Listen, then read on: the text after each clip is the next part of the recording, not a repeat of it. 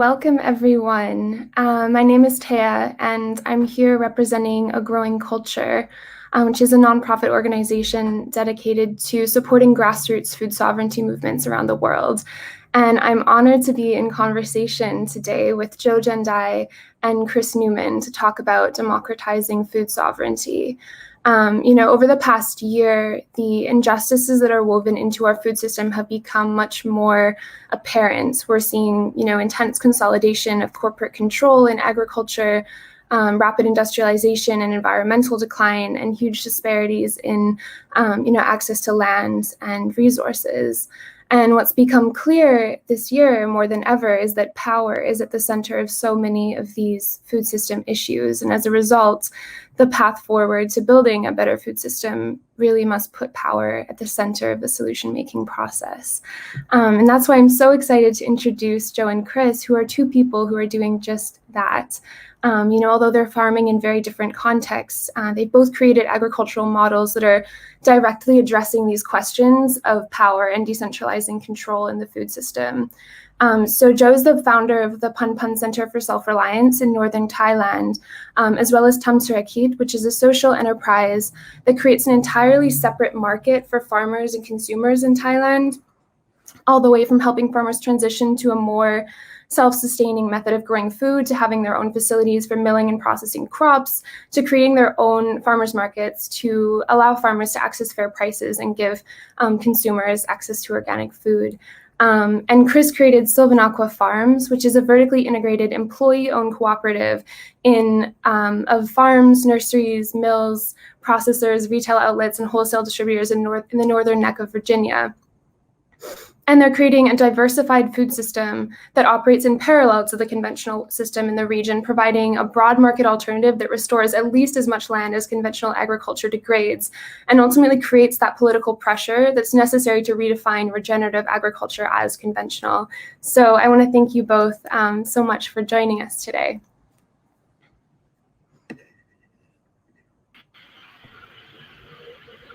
Thank you for having us. Wonderful. And I want to dive in and begin by asking you a little bit more about each of your models in your own words. So, Jo, I'd love to start with you and ask if you can tell us a bit more about Thamturakit and how it got started. Hello. It seems like your voice is not very clear to me. So. All right, why don't we start with Chris on this one, and we'll work out Jo's audio. Yeah, I was about to, could I ask you to repeat the question? It sounds like there was kind of a sound problem on somebody's end there. Yeah, no worries. I just wondered if you could tell us a little bit more about how you started Sylvanaqua and what your work looks like now. Oh yeah, sure. I started Sylvanaqua in the worst way possible. So I quit my tech job because of a health scare that I had. There was too much stress in the job, and my wife and I had always thought we wanted to, at some point, leave the city and start some kind of farming project as like a retirement project. But because of the stress in my job and the health insurance that came up with that, we decided to accelerate that plan by 35 years or so. So at the time, this was maybe about 10 years ago, the entire discussion around sustainable agriculture, regenerative agriculture, the farm-to-table movement and all that was even more all white and white dominated than it is today. It was nothing but like the Joel Saltons of the world, the Alan Savory's of the world, the Greg Judys and all these other people, Bill Mollison, like permaculture people and stuff like that. So I got my ideas for what economically viable farm to table and sustainable agriculture was from them. And I didn't know it at the time, but that was the worst possible place to get that expertise from. But they were the only people to get it from at that point. The voices that we have now that are more elevated, like Jones, like Karen Washington, people like that, that you couldn't find them unless you already knew they were there. The people that popped up by default were very much a different kind of person. So we jumped in.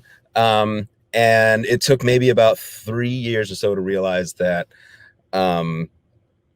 doing sustainable agriculture in the way that was promoted in the mainstream of that movement was impossible unless one of two things was true. Number one, you were wealthy and inherited land and had a bunch of money and had a bunch of wealth and didn't really have to worry too much about generating income. Or if you were worried about generating income, you were willing to exploit people mercilessly, to the point almost of human trafficking, and sometimes getting into human trafficking. So the next few years we spent trying to figure out, okay, now what? Because, you know, we'd quit our jobs, we'd left the city, we'd sold our condo, like we ejected from society basically, and kind of went on a journey to figure out, how does American agriculture actually work? How do the economics of it work, both on the conventional side and the supposedly sustainable side? And long story short, it led us to realize that agriculture in the United States has been deliberately depopulated. It's been deprofessionalized, mostly in the name of retaining wealth for a shrinking segment of the population. And the only way to really do agriculture sustainably is to dive back into my own indigenous roots and view the landscape and view the foodscape as a commons that's the responsibility of everyone to steward and to take care of and participate in.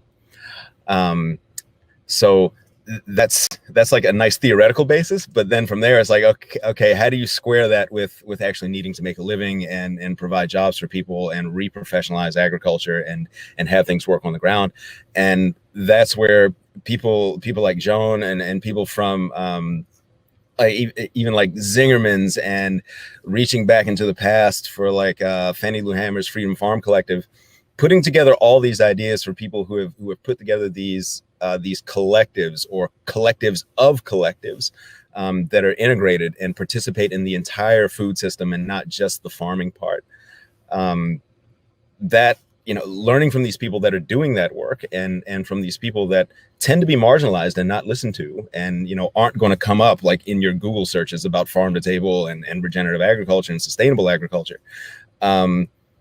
We got the notion that it was time to build not just a sustainable farm or not just a couple of sustainable farms, but to build an entire integrated food economy around my homeland in the Chesapeake, and to do that on a foundation of worker ownership, of human equity in the system, and controlling the entire food system from the farm all the way to the fork, controlling not just the land itself or the methods done on the land, but also the mills, the processors, the slaughterhouses, the distributors, the aggregators, the grocery stores, the food trucks, the restaurants, all of it. And basically making the decision that, you know, things need to be done differently, and for people to be treated, you know, more well, and not to pursue just profitability for its own sake, and realize that needs to be done, and then just go ahead and do it. Thank you so much. And John, I also want to ask you to tell us a little bit more about Thamturakit and how that got started. Actually, Thamturakit is started about 7 years ago. But before Thamturakit, we start Pan Seed Saving Center and Self-Reliance Learning Center, because we think about we are a farmer, but why we don't have enough food to eat? We are the person who grow food, who produce food, but we don't have food to eat. That's something wrong in the system. That's why we think about we need to start learning center. How can we become self-reliant? Because we should not be hungry on this fertile world. Nobody shouldn't be hungry. But the way of thinking make us have some problem. The way we're thinking is not the right way. How can human hungry? So we want to show people that anybody can grow food easily, can have a house easily, can take care of yourself easily. So we started about 17 years ago. We call Pan Pan. But after that, we discovered that there's a lot of problem in farming system, because farmers, they work so hard, but they don't get enough to eat. They grow cash crop, they work hard, but they lost money almost every year. Each year, any year that they have very high yield, the price will drop very low. If some year they have some drought, they have some problem, the yield drop, the price rise up very high, but they have nothing to sell. So farmer lost all the time. They think the system is not fair because nobody get benefit from it.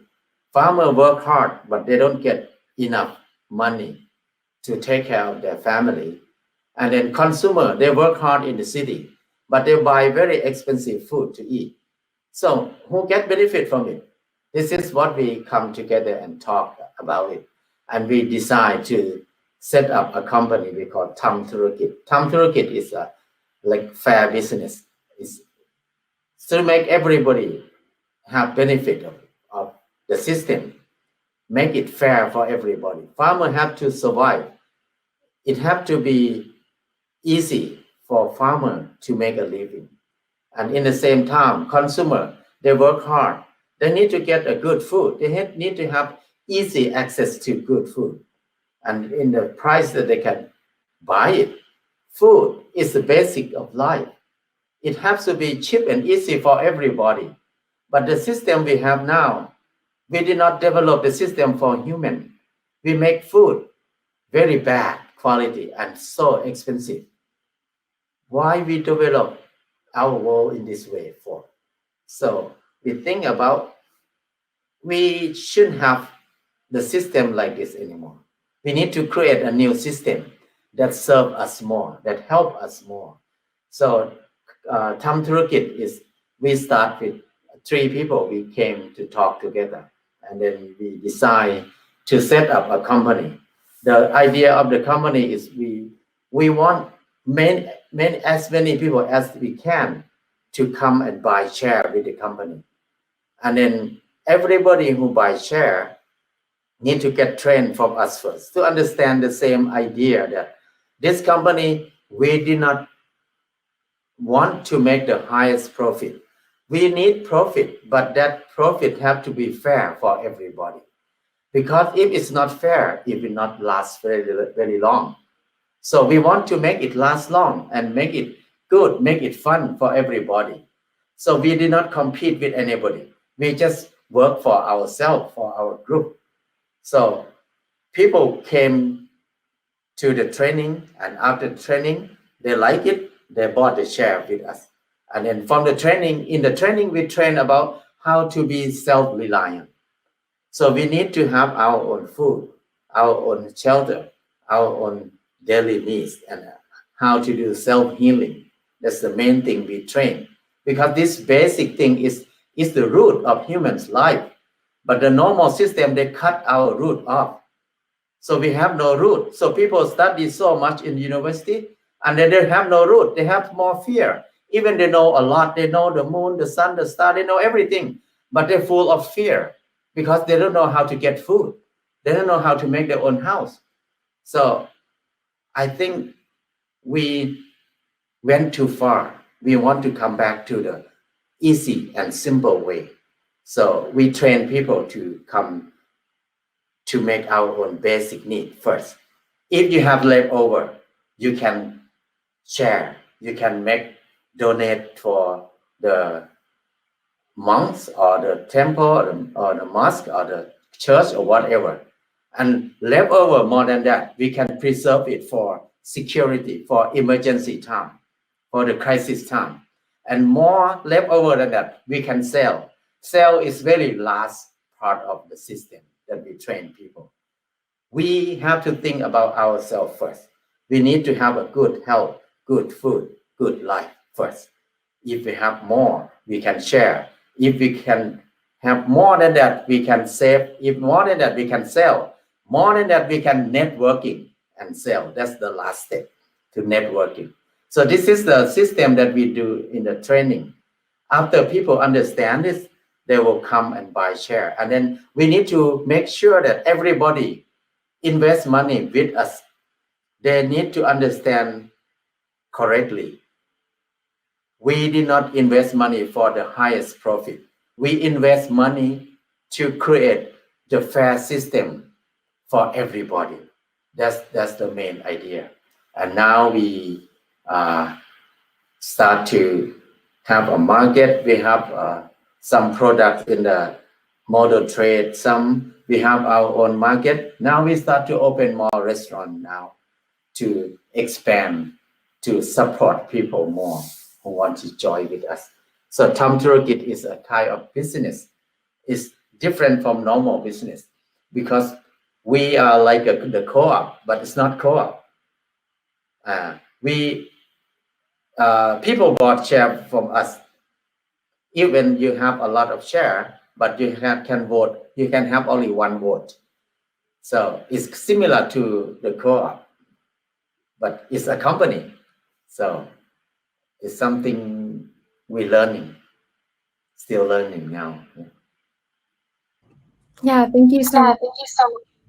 Would you mind just muting your microphone now? No, I did not mute.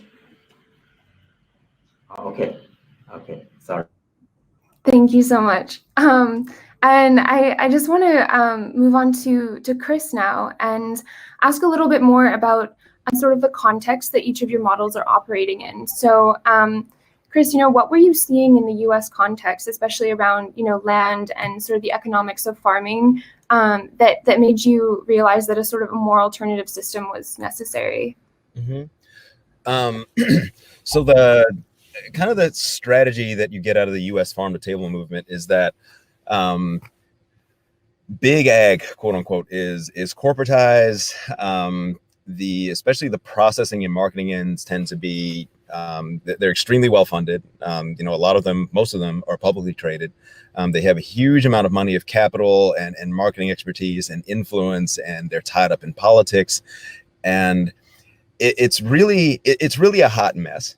On the farm side, most people who are farmers now inherited their land because that's really the only way to get into conventional farming, because the land is so expensive, the equipment is so expensive. There's so much just racism and structural problems and sexism and generalized misogyny and things like that make it really hard to enter from the outside, especially if you're marginalized. So it's basically, you can't get into it. You just can't get into it at all.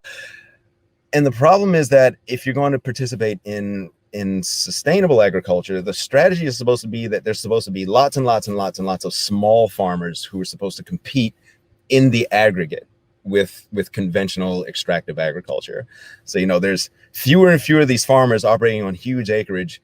And they sell into markets that are put together by ADM, JBS, Cargill, all the big kind of integrators, aggregators, etc. We're supposed to compete with them by there being 100,000 of us for every one of them, and we're going to sell direct to market, and we're going to cut out the middleman, and we're going to support farmer incomes, and we're going to make this thing work. We're going to make this thing economically viable. The problem is that the environment for everything around that makes that impossible. The only reason I was able to get into farming, for example, is that I came from tech and had basically a ton of money to spend and lose in realizing that this was the wrong way to do it. And everybody you see now in the farm to table movement, and I'll say, in the US, a lot of speakers in this group, in this 7-day event that's going on, you look into their histories, most of them inherited their land, came in with a whole lot of money, and were just privileged enough to come in. And if the requirement to succeed is that you're already rich, your strategy is going to fall apart. You can't have a democratic movement only for rich people. That has another name, and it's not democracy. So there's kind of like this regenerative farm to table, oligarchy / plutocracy, or whatever the heck you want to call it. And it's not going to work. So our work shifted when we realized like how farm economics works and why, for example, conventional farmers don't really need to make profits, and even though they whine about losing money, half of the year, somehow they manage to stay alive and feed themselves. And you look at the USDA ERS, and the average farmer has something like a $850,000 net worth.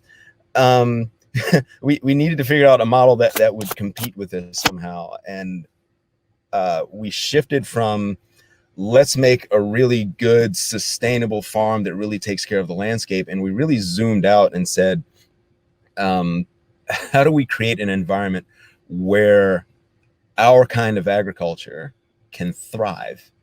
It was really an environmental issue. And it really got to the point where farming was actually the last thing you need to worry about. Because most people, like, somebody wants to start a farm, they jump on the land. It's like, I need land right now. They find like 5 acres, 10 acres, maybe a quarter acre, or like a rooftop, or, whatever you can get, because land is expensive and that's the way it is. They get the land and then they think about the marketing. And that's why most of them fail. We fail. I don't know if there's any statistics around like sustainable ag or farm to table failure rates or whatever, but I bet they're around 90%.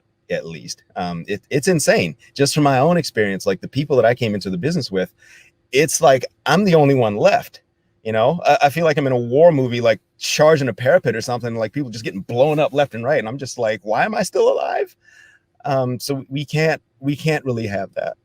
So what we've done is create a model that really focuses on making land, capital, but most importantly, markets available to farmers that want to come into a system.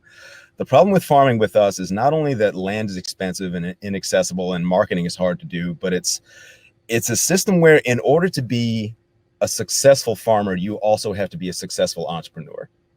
And there's only so many people that are going to have the privilege, the energy, the skill set, et cetera, to make it work as a farmer, as an entrepreneur.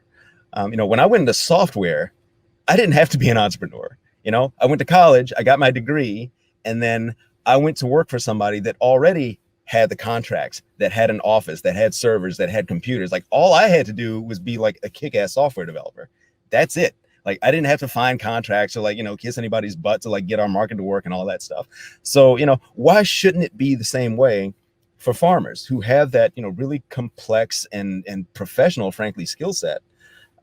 Why should they have to figure out, oh, I need workers' comp. Oh God, I need general liability. Oh crap, do I need to do cash accounting, or do I need to do accrual accounting?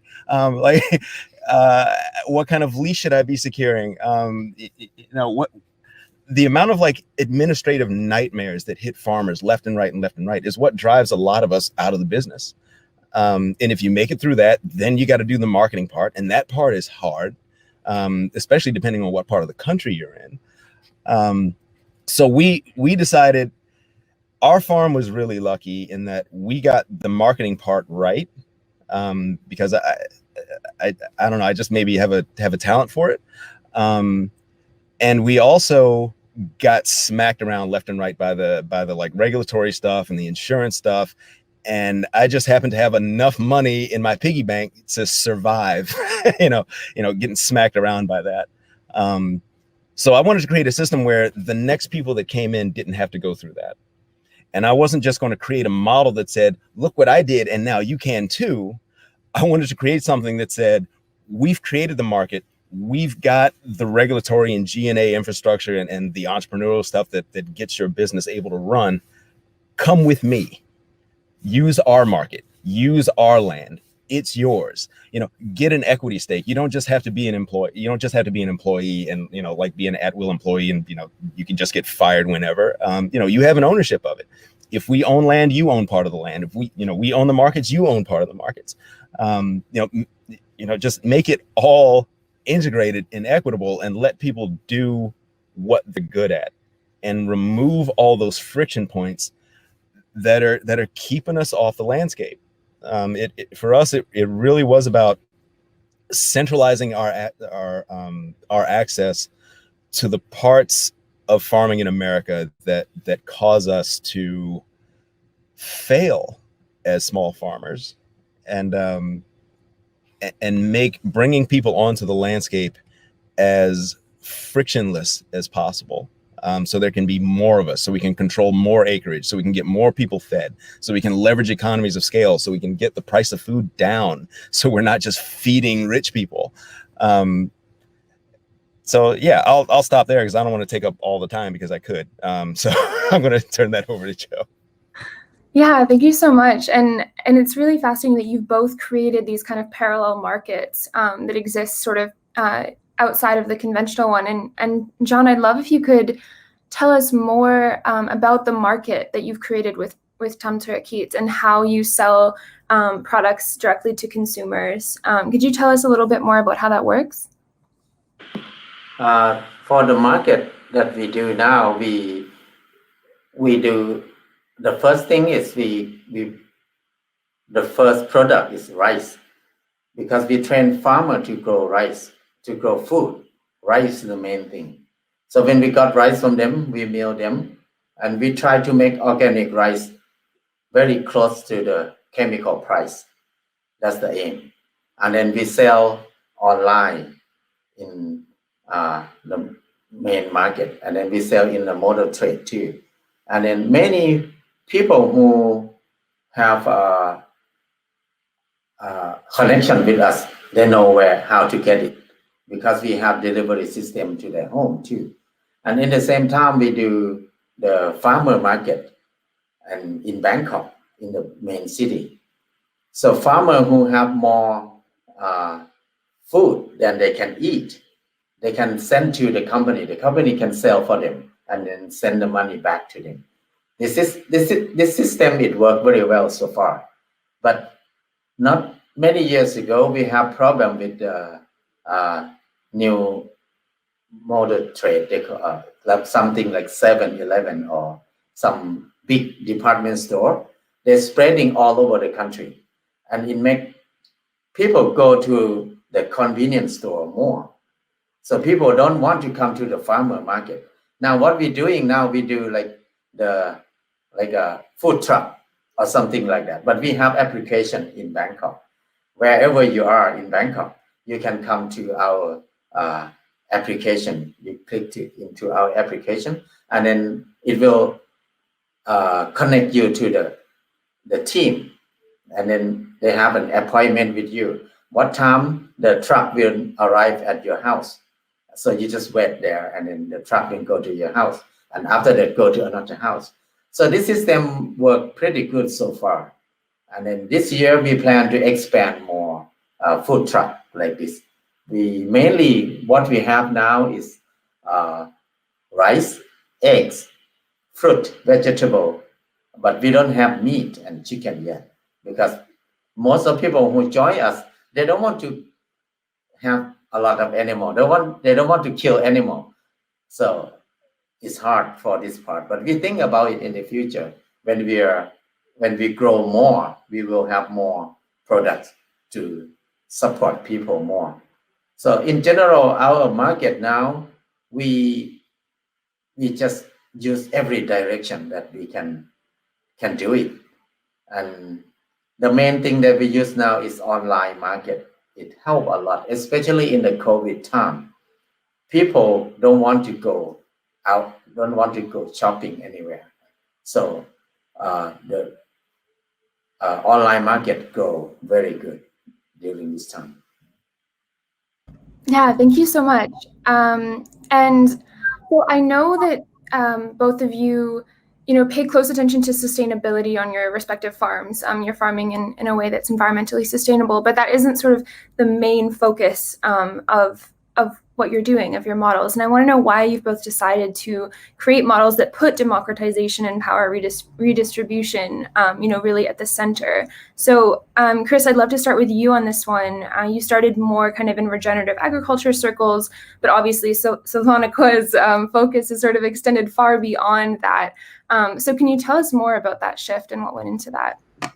Sure. I think the bottom line is you can't have environmentally sustainable agriculture without democracy in it. If you have if you have a farming system that's only available to a few people, and where it's profit centered, and it's based on what you can get out of it, and it's based on exploiting people, you can't really do environmentally sustainable agriculture right, because you're going to be tempted to cut corners. You're going to be tempted to have as few people involved as possible, and the fewer people you have involved on the landscape, the more your landscape tends to go to hell in a handbasket, because you're not paying attention to it. You don't have eyeballs on it. There's I don't know where the saying comes from, but it says something like the best fertilizer is the farmer's footprints. If you don't have that many farmers on a landscape, then you're not going to have very good fertility. Indigenous agriculture, it's weird to think of indigenous agriculture and mixing indigenous ethics with farming, because in my language, in Lenape and Unami, there is no word for farm. The idea that you would take a piece of land and like draw a square around it and say, we're going to grow food here, but we're not going to grow food here, is dumb as hell in our language, in our culture, to the point where there's no word for it. Even the word for farmer doesn't really mean farmer. It's a verb, actually. It's not even a noun. It's a word that describes somebody doing something in the ground, and it doesn't even necessarily mean planting. It means somebody stewarding a landscape, and it could, the root word of it, ehake, it means someone active on or in the ground. And it doesn't necessarily mean growing things. It means taking care of soil, which means the blood and bones of your ancestors. It's a deeply spiritual and actionable kind of term. And our notions of taking care of the landscape is deeply rooted in the idea that you need people there, and is completely antithetical to this idea that you find in white conservation and European notions around conservation, that in order to protect the landscape, you have to depopulate it. And it's really difficult to get past that, because in the United States, in order to create these conservation spaces, to create these so-called wildernesses, like they had to actually be created. The places that, the John Muirs and the George Catlins of the world came across and saw these like beautiful Edenic landscapes, and like, how does it look like this? And the trees are so widely spaced, you can march an army through it, and food grows just absolutely everywhere. It grows under the trees, it grows on the rivers. The fish runs are so deep and so thick, you could practically walk across the Potomac. Like that wasn't an accident. People created that. It was people working with natural inertia and not against it. So, indigenous people will say out in the Great Plains, they saw bison, roaming across the plains, and would notice that if they hung around for a while and they left, and then you came back to that place for a year, the grass was thicker, they could stick around longer, the bison got fatter. That's regenerative agriculture. People want to pretend that they invented mob grazing like 30 years ago, but no, like the Lakota, the Comanche, like people were doing that hundreds of years ago before anybody showed up, as soon as they got a hold of horses. They went with that rhythm and said, okay, the bison are there. The bison provide everything we need, from shelter to food to fuel to everything else. Let's use them. Let's hunt them, and let's make sure we don't hunt them to death. Whereas sodbusters came over and said, no, this grass is stupid. We can't really own bison because they will not be domesticated. They do everything in a dead run. So let's plow everything up and plant corn so that it's cheap and fungible and transportable and almost never goes bad, and, creates a cash economy. And then let's mechanize it so that we don't really need any people out here, and so that one person can make as much money as possible from as much land as they can mechanize. So restoring justice and democracy to agriculture means creating a system where people can go back to the land so that they can protect it. Because as we've removed ourselves from these landscapes, and as we've de-indigenized our ethics around why we're on that landscape and what we're doing there, our landscapes have gone to hell in a handbasket.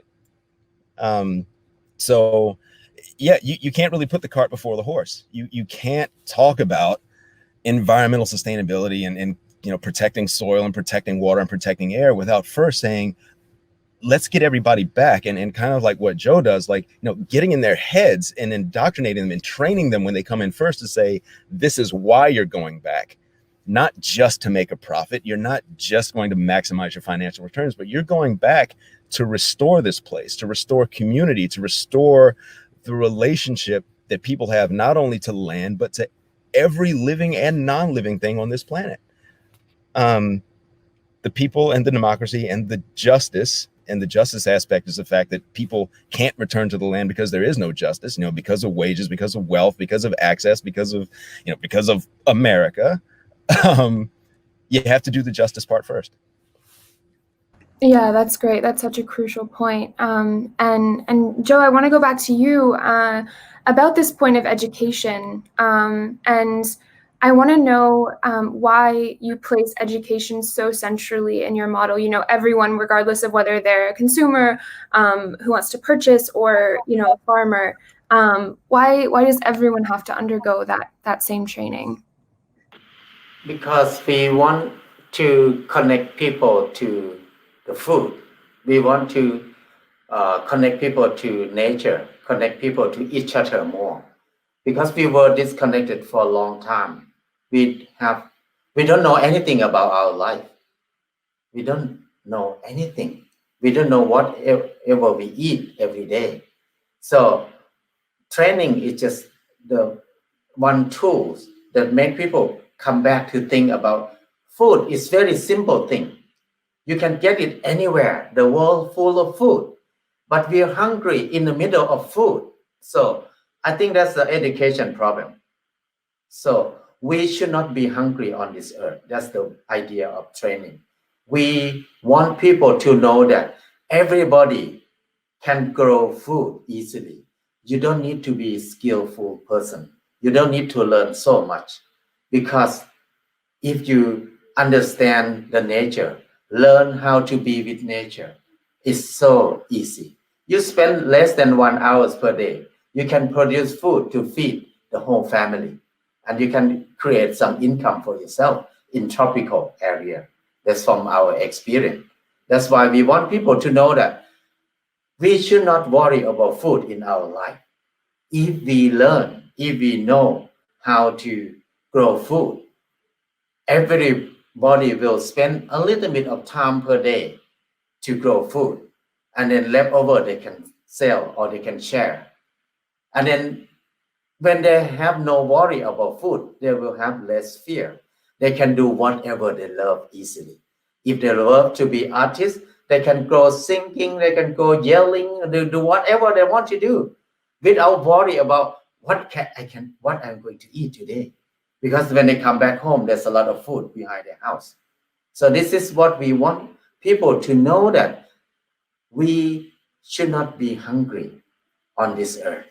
We have so many techniques, so many wisdom to grow food. And then the main thing is the right thinking, the right belief. If we have the right belief, the right thinking, we will have no problem in our life. But so far, we were disconnected from everything that very important to our life. We were taught to learn something so far. We collecting too much information that we don't need in our life. So we went too far, and then we lost the way. So we floating in the ocean. We don't know what to cling on. So come back to learn about the 4 basic needs is the main thing, the most important knowledge that every life need to learn. If we learn about this, we will have less fear, less worry in our life. Because you can find food anywhere. You can build your house anywhere. You can make whatever you need anywhere. And you can heal yourself when you get sick. You don't need to go to see doctor every single tiny problem. And don't need to worry about insurance. If you come together, you share each other, you help each other, it's more secure than insurance. So something like this, I think we need to create a new system for us, because the old system is not for us anymore. It's just to make us become a slave, make ourselves become a slave of the system. So we need to enslave ourselves now by come back to create our own new system. But we don't need to try to change the old system, because It's like an old house. It's almost collapsed. If we try to fix it, it's too much work and it's so hard. Or maybe cannot fix it. But build a new house is a lot easier. This is the idea that we want to use education as a tool to make people believe that and make people see that life is something in our hand. We can design it. It's not our life. We can design it. It's not designed by somebody else already. We can always change it. This is the idea. That's why we think education is the most important thing, to make people see that what is the choice in our life. That's the most important thing. Yeah, thank you. That idea of agency is also so crucial.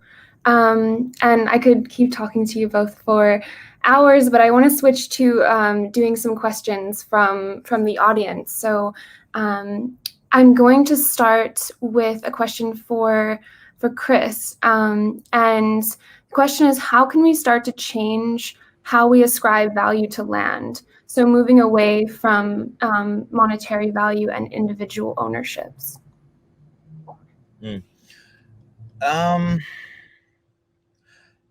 So I have an issue where I don't know.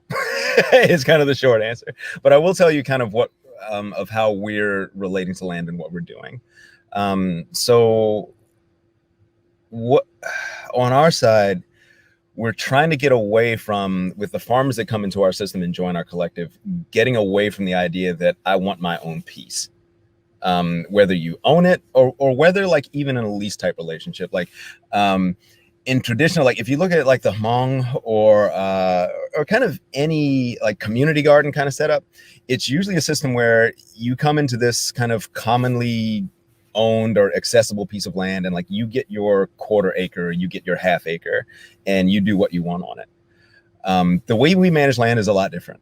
And part of it is because the amount of land we have access to is pretty significant. It's probably going to be north of 5,000 acres this year. We tend to look at the landscape in terms of what the ecosystem needs. So if we take over like a 1,900 acre farm or whatever that's got kind of degraded woodlands and it's got some native trees or something that really want to make a comeback, but they need some help, and they've got some old pastures that are maybe a little bit degraded, and there's streams on the property, we'll decide, okay, we need maybe cattle and poultry to run over those pastures to get nutrients and mineral cycling. We'll decide we need to start doing ICO forestry around those stands of like pawpaw or American persimmon to make sure that they're able to thrive and have the companion plants that they want. And we'll decide, okay, maybe we need to find somebody that can do oysters in this part of the river, so at least everything downstream can be relatively clean and there can be some kind of harvest from it. So we look at it in terms of what the landscape needs, and then we bring in people who can work on different parts of that land.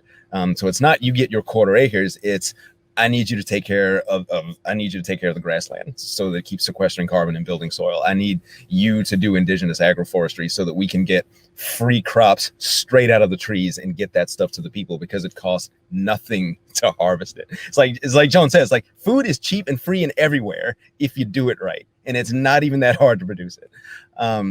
So we really manage the land that way. And in terms of valuing the land, if we're talking about like ownership and money and things like that, our model is based on a fairly large land trust that is not so much concerned with owning land, even though the trust does try to get some pieces of ownership, just because it's nice to have that backstop, like in case you lose a lease here, you lose an MOU there, and you have somewhere to take your stuff, and you have places for people to live, stuff like that.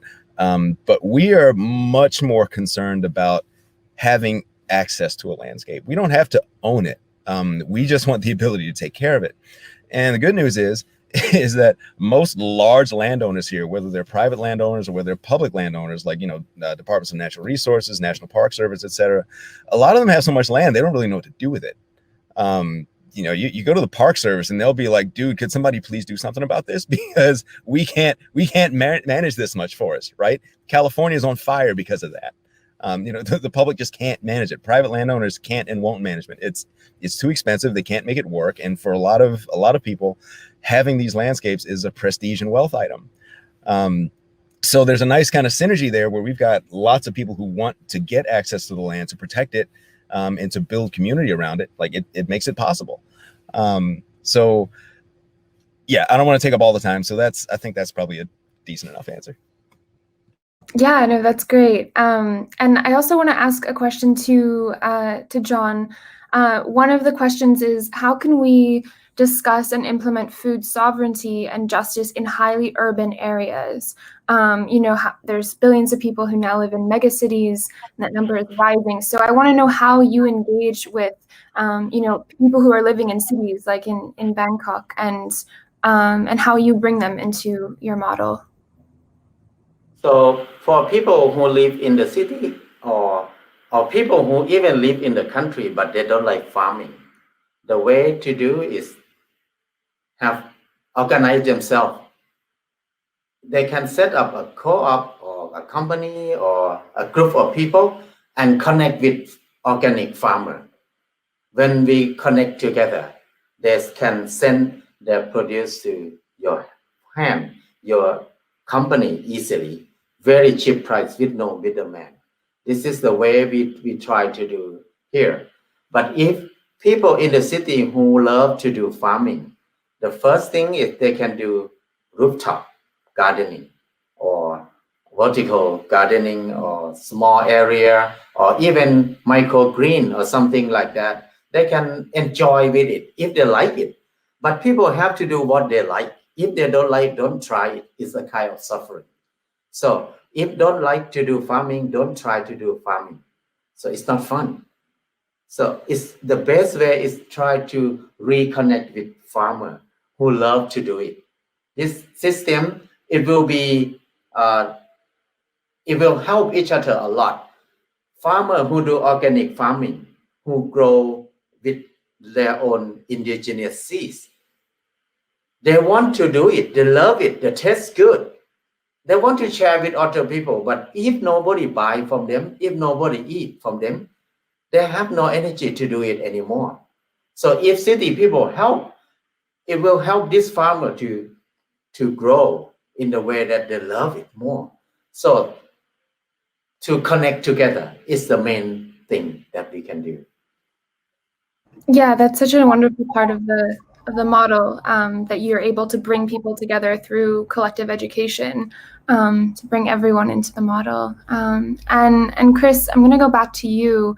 Somebody's asking how people who are wealth holders, so philanthropic organizations, investors, or individuals who don't necessarily have farming expertise, how can they support the development of initiatives like you're doing, sort of successful cooperatives, and their surrounding communities? Yeah, it's a pretty short and simple answer. Give us land and money. It really is that simple. I don't mean to be like a smartass by saying that.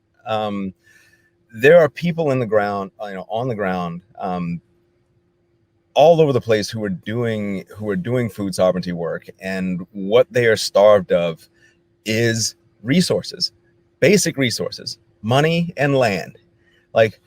And what happens, my experience working with people who are wealthy or who are adjacent to wealth and want to help, or at least think they want to help, is they kind of want to offer us everything but what we actually need. They want to offer us like exposure. They want to introduce us to this person. They want to help us get technical expertise. It's like they want to do everything but give up the stolen resources that we need to enact justice on the landscape. And the hard thing to tell people, and that I've had to tell people, is that I don't need help. I don't need my hand held. I know what I'm doing. I know exactly what I want to do. I have budgets and very, very detailed plans that are publicly available for people to look at. Like, I don't need technical assistance or education or to meet this person or to meet that one. It's like, write me a check or leave me alone. Because if you don't, you're wasting my time. And that's something that a lot of people just aren't. who are doing this work on the ground aren't really in a position to tell a person with deep pockets that kind of truth. But that is the truth. We have plans. We know what we want to do. We don't necessarily want to we don't want to be on the conference circuit necessarily. We don't want to do TED Talks. We don't want to run our mouths and talk about it. We want to do the work. In order to do the work, we need the money, we need the land, we need the resources. So, if you have them, get them to us. And if there's something in between, that's keeping you from giving it to us, we need to form a nonprofit, or we need to do something to shield you from taxes or liability or whatever, then help us do that, and then write us a check, and then give us the land. But don't dance around it. Like I tell people, if the Rockefeller Foundation can write a check to Dan freaking Barber for $30 million to create a boutique jewel box restaurant in the wealthiest enclave on the planet, you can write a check to people like Joan and like me and like Carol Washington and people that are doing work on the ground. Yeah, absolutely. Thank you. And Jo, one more question for you.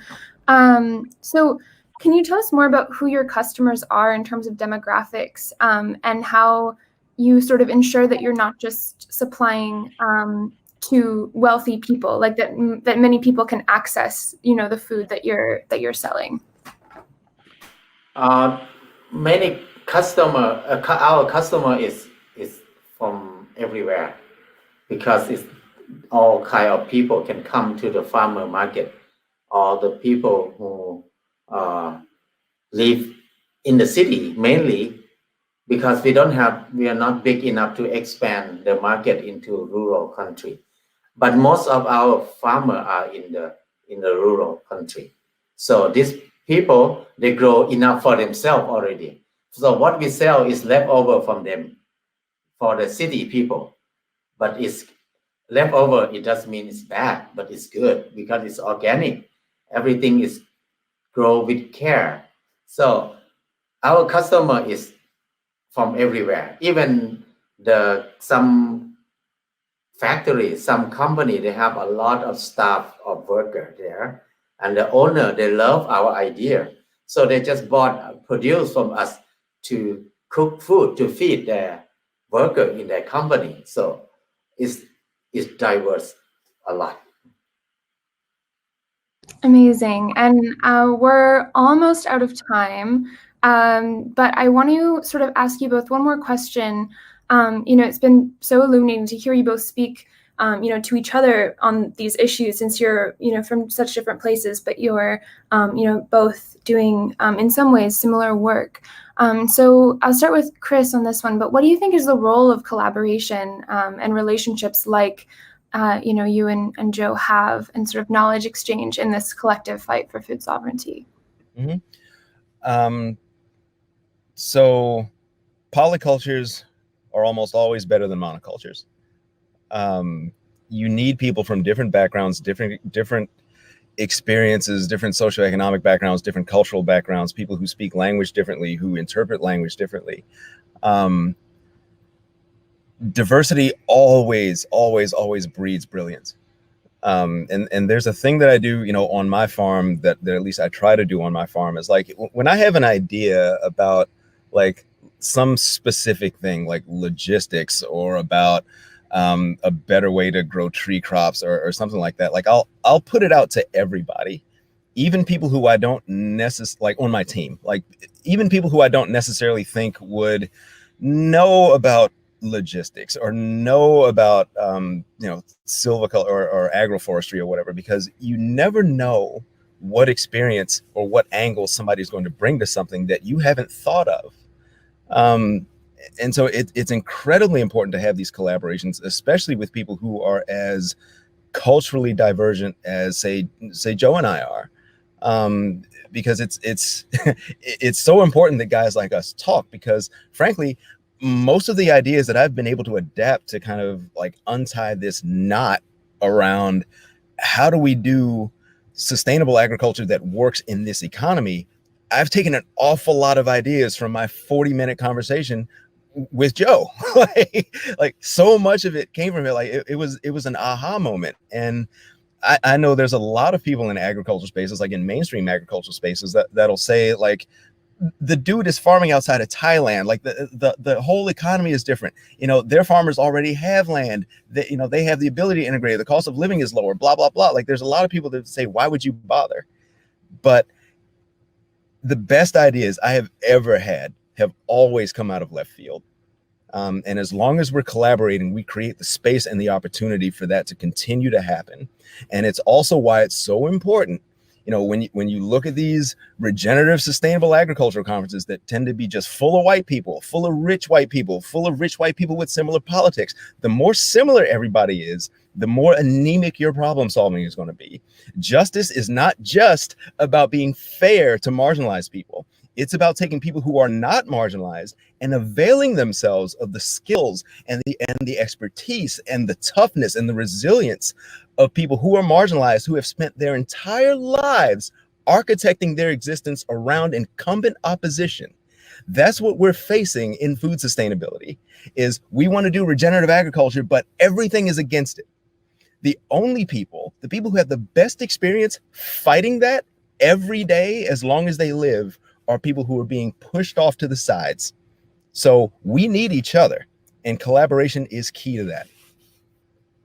Yeah, absolutely. Thank you. And Jo, I'll give you an opportunity to answer this as well. You know, what do you think is the role of this kind of collaboration and knowledge exchange in your context for the fight for food sovereignty? I think we need help from every direction. So we try to try to communicate with every direction, because everybody, even rich or poor, they still eat food, eat bad chicken from the same factory. So it doesn't matter you have more money or less money, you still have the bad health. So it's good to come together and share and find a solution together. So we think we don't want to fight with anybody, but we want to fight with ourselves. How can we free ourselves from the system? So I think many people understand this. That's why we have so many people from every career, every way of life come to join us, to help us. Even rich people still come and help. They don't have experience about farming there, but they bought a piece of land and they come back to do farming, and then they set up a group of people to help together to farm. So come back to farming is one way of create a new life. Life starts from the land, from the soil, from the water, from the air, from the plants. So we need to come back to take care of our life. Take care of our life is mean take care of the soil, the water, the plant, animal, and everything. So people can understand easily in this way. I think we are not very big group, but we grow quite stable so far. In the last 7 years, we have more than 10,000 people join us now. I feel like we're growing, even slow, but it's stable. So I think we have hope. Yeah, thank you both so much. I think that's a beautiful note to end on. We're unfortunately out of time, but I want to thank you both for taking the time to speak with all of us today. It's really, really inspiring to hear about your work and how you've been able to build this kind of, collective solidarity in this global fight for food sovereignty. So thank you both again. And you can find more information about Jo and Chris's work through the Orfc program. So thank you both, and have a good rest of your day, everyone. Thank you. Thank you. I really appreciate it.